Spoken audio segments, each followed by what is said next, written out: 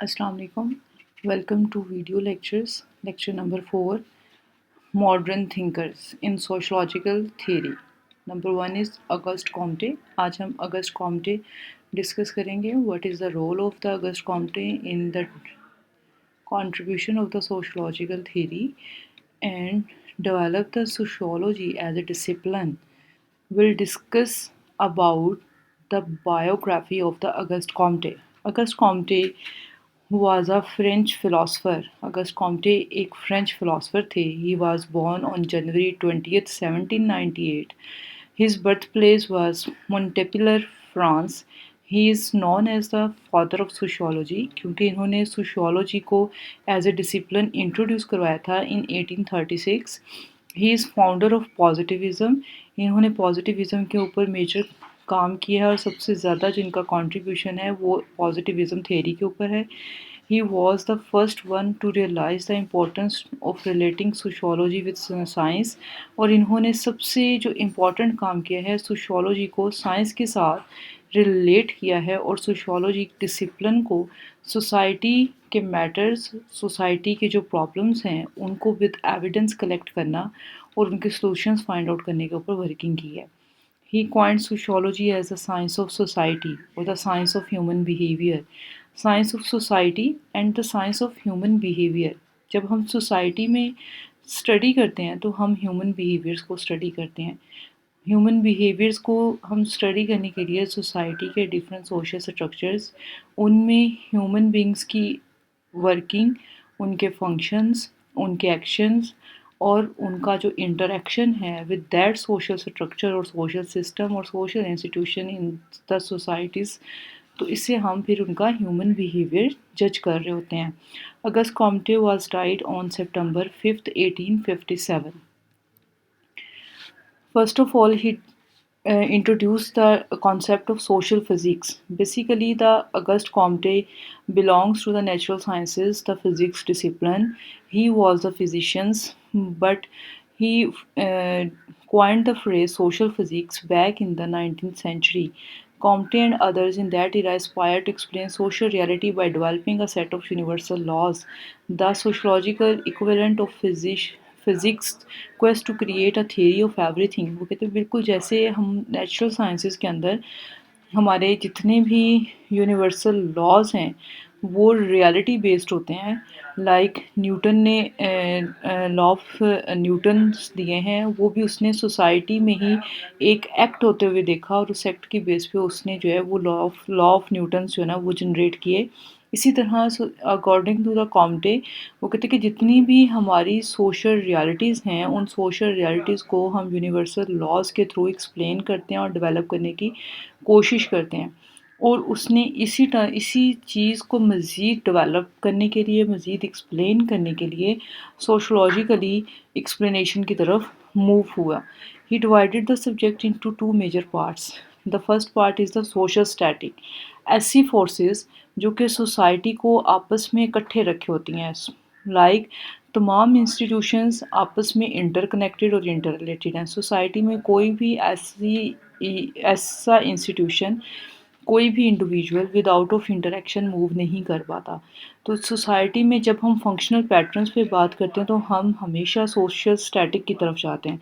तो August Comte ने सबसे पहले सोशल स्टैटिक्स के ऊपर फोकस किया कि जितनी भी फोर्सेस हैं, हमने जैसे कि पिछले लेक्चर में फोर्सेस को डिस्कस किया था, सोशल फोर्सेस को, लाइक पॉलिटिकल रेवोल्यूशन है, इंडस्ट्रियल रेवोल्यूशन है.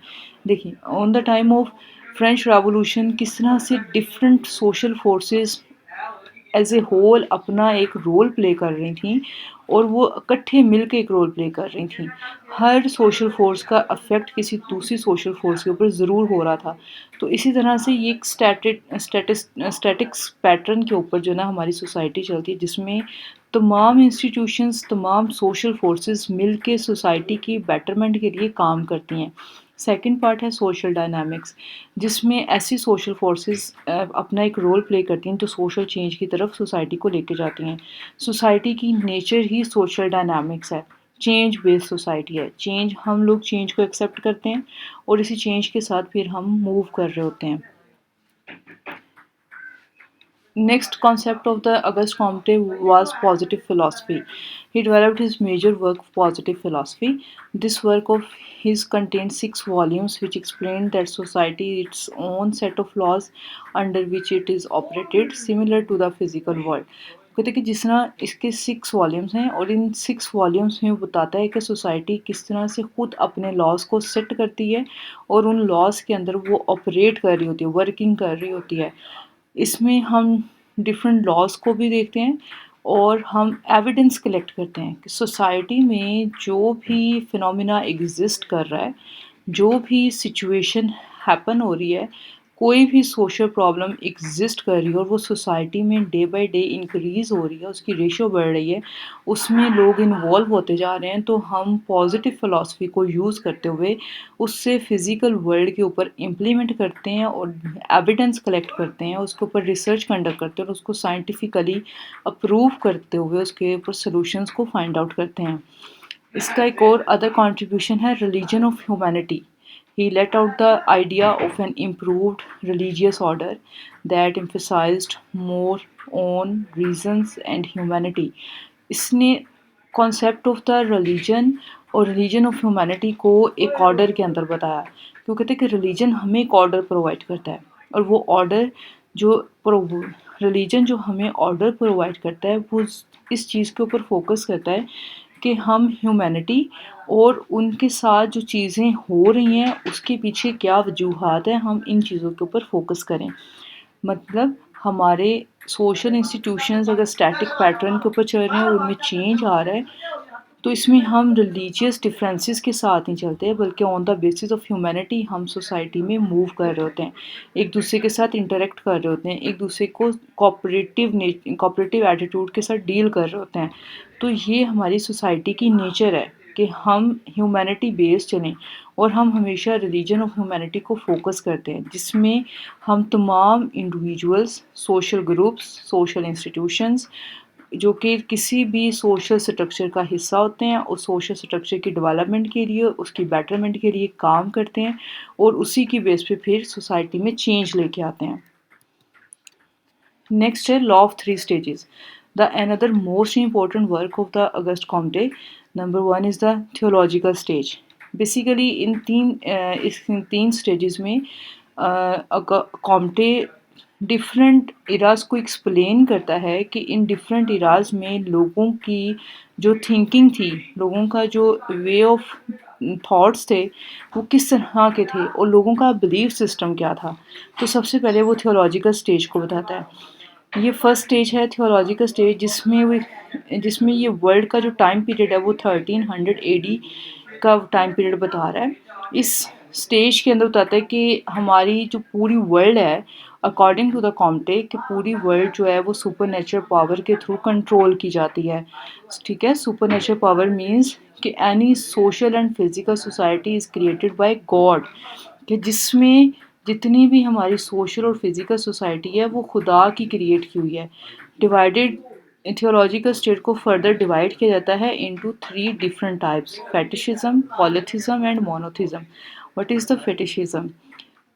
In this stage, primitive men believed that God resides in each and every object. हर चीज़ का गॉड है। Hence, they used to worship non-living things like stones, rocks, wood, etc. मतलब कोई भी हमें एक ऐसी चट्टान, ऐसा पत्थर जिसकी लोग पूजा करते हैं, ठीक है, कोई भी ऐसा दरख्त जिसके साथ हमने सुपर नेचुरल पावर्स को अटैच कर दिया है, लोग उनकी इबादत करते हैं और उन्हें ही खुदा कंसीडर करते हैं। तो ये फेटिशिज्म के अंदर लोगों का बिलीफ सिस्टम था कि इन सोसाइटीज़ में, इस इरा में लोगों का जो बिलीफ सिस्टम था वो यही था कि सोसाइटी के अंदर जितने भी हमारे फिज़िकल ऑब्जेक्ट्स हैं और वो फिज़िकल ऑब्जेक्ट्स जो कि डोमिनेंसी रखते हैं सोसाइटी के अंदर, उनको वो गॉड कंसीडर करते हैं और उन्हीं के आगे बैठ के अपनी वर्शिप्स करते हैं। नेक्स्ट है पॉलीथिज्म। Polytheism defines that the number of gods increased with the number of objects. जितने ऑब्जेक्ट्स होंगे उतने ही नंबर ऑफ गॉड्स हम अटैच करते हैं उनके साथ, like God of water, God of soil, ٹھیک ہے. اس طرح سے ہمارے جتنے بھی ہماری سوسائٹی کے اندر جتنے بھی number of physical objects exist کر رہے ہیں، لوگوں کا کنسیپٹ نمبر آف گاڈس اتنے ہی ان کے ساتھ اٹیچ کر دیں گے. نیکسٹ ہے monotheism. In this stage this is the advance stage of the first law in which peoples believed on only one God، جس میں لوگ صرف ایک خدا کے اوپر یقین لے کے آتے ہیں. یہ 1300 AD کا ہی ٹائم پیریڈ ہے. اسی ٹائم پیریڈ کے اندر اگسٹ کامٹے نے ڈفرینٹ سوسائٹیز کا ڈفرینٹ بلیف سسٹم ایکسپلین کیا ہے کہ لوگ کس طرح سے کن کن سٹیجز میں کس طرح سے کس بلیف سسٹم کے اندر موو کر رہے تھے، اور وہ اسی بلیف سسٹم کے اندر رہتے ہوئے ان چیزوں کو پریکٹس کرتے ہیں اپنی سوسائٹیز کے اندر. اگر ہم انہی لا آف 3 اسٹیجز کو آج کی پریزنٹ سوسائٹیز کے اوپر فوکس کریں تو ہمیں آج بھی ایسی سوسائٹیز نظر آتی ہیں جس میں ہماری بہت ساری کچھ سوسائٹیز ایسی ہیں جو کہ نان لیونگ تھنگس کو ابھی تک گاڈ کنسیڈر کرتی ہیں، اور کچھ سوسائٹیز ایسی ہیں کہ جتنے نمبر آف آبجیکٹس ہیں اتنے ہی نمبر آف گاڈز ان کے ساتھ اٹیچ کر دیا کانسیپٹ. نیکسٹ، ابھی بینگ اے مسلم نیشن ہماری جتنی بھی بلیف سسٹم ہے وہ صرف ون گاڈ کے اوپر ہے. نیکسٹ ہے میٹا فزیکل اسٹیج. اس اسٹیج میں ہم ورلڈ کو بٹوین 1300 اینڈ 1800 AD ایکسپلین کرتے ہیں کہ یہ وہ ٹائم پیریڈ ہے جس میں 1300 سے 1800 AD کے درمیان کا ٹائم پیریڈ ہے. In this stage the modification of the theological stage, people started thinking rationally and replaced imagination with reason. Metaphysical اور ایبسٹریکٹ اسٹیج کہ جس میں لوگ سوچنا شروع کرتے ہیں کسی بھی چیز کے بارے میں کہ سوسائٹی میں یہ کام ہوا تو کیوں ہوا. لائک اگر بارش ہو رہی ہے تو بارش کے ہونے کے پیچھے کیا کیا ریزنز ہیں. سوسائٹی میں جو بھی ایکشنز کرتے ہیں لوگ، جو بھی کام ہو رہے ہیں، جو واقعات ہوتے ہیں، جو دن سے رات کا ہونا، رات سے دن کا ہونا، ان چیزوں کو لوگ ان کی ریزنز کو آئیڈینٹیفائی کرتے ہیں کہ ان کے پیچھے کیا وجوہات ہیں، اور وہ وجوہات جو ہے نا ہمیں ہمیشہ ان کی ایکچوئل ریالٹی کا نہیں پتہ چلتا، اور ہم ہمیشہ انہی کوشچنز کے ارد گرد گھومتے رہتے ہیں. تو یہ ریشنل تھنکنگ ہے کہ لوگ کسی بھی پوائنٹ پہ غور و فکر کرنا شروع ہو گئے ہیں. نیکسٹ ہے positive stage. In this stage people characterize the growth of science, جس میں لوگ سائنٹیفکلی پروفڈ کرتے ہیں، اور یہ 1800 AD سے آن ورڈ ایرا چل رہا ہے. ٹھیک ہے، جس میں لوگوں کا ایک بلیف سسٹم ہے خدا کے بارے میں، اور وہ اس چیز کو سائنس کی فیلڈ میں ریسرچ کرتے ہیں کہ کیا جو وہ بلیف رکھ رہے ہیں وہ اسٹیٹک ہے، اس کے پیچھے حقیقت میں ڈیٹا کیا ہے، کیا وہ حقائق ایگزسٹ کرتے ہیں. اگر ہمارا خدا پہ یقین ہے تو ہم اس خدا کے یقین کو اپنی آنکھوں سے ہوتا ہوا دیکھتے ہیں. بارش کا ہونا، دن سے رات کا ہونا، رات سے دن کا ہونا. ٹھیک ہے، قرآن پاک ایک ایسی مکمل اور جامع کتاب ہے جس میں ہر مسئلے کا حل موجود ہے، جس سے اب سائنس جو ہے اپنی ریسرچ کے تھرو امپروو کر رہی ہے. Thank you.